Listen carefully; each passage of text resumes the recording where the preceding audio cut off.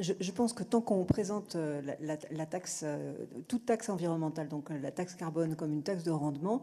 on risque de la voir difficilement acceptée par le public.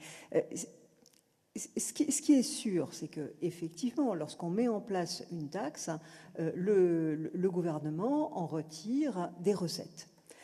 Après, tout est dans la façon d'envisager l'intégration de cette taxe au dispositif fiscal et au dispositif budgétaire et la façon de le présenter au public.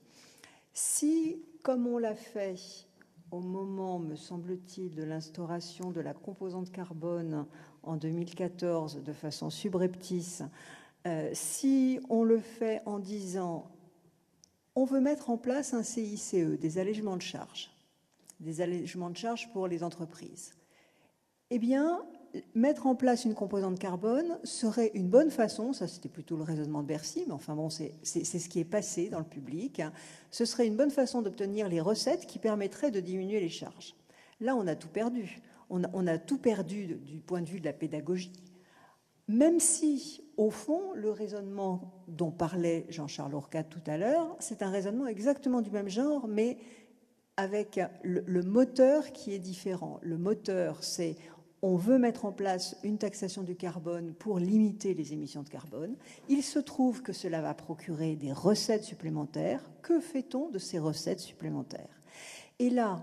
ce qui est essentiel, c'est bien sûr que ces recettes supplémentaires ne disparaissent pas dans le budget comme n'importe lesquelles de ces autres des recettes fiscales. Il faut que ces recettes fiscales, il faut que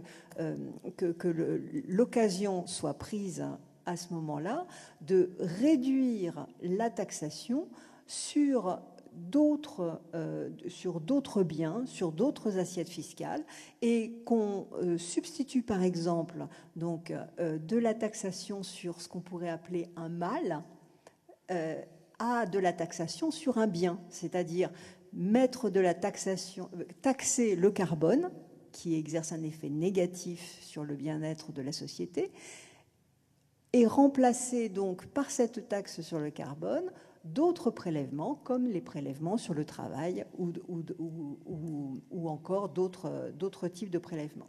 En faisant cela, on peut, sous certaines conditions, obtenir une amélioration de la situation économique, une amélioration de la croissance, de l'emploi, et c'est ce qu'on appelle le double dividende. Et alors le double dividende, c'est pas un miracle, c'est pas la taxe environnementale toute seule, c'est le fait qu'on réutilise ces recettes pour réduire la taxation sur autre chose qui permet ce double dividende. Et alors, j'ai travaillé récemment avec un co-auteur, Mouès Foda,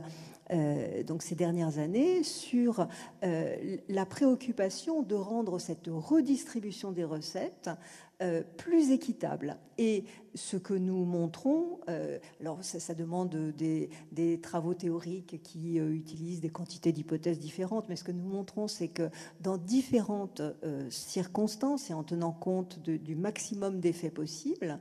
eh bien, la meilleure façon de redistribuer ces recettes fiscales de façon à obtenir donc une amélioration de l'économie et de façon à ne pas augmenter les inégalités entre les différents déciles de ménages, c'est tout simplement de redistribuer les recettes d'une façon progressive, c'est-à-dire davantage aux plus pauvres qu'aux plus riches.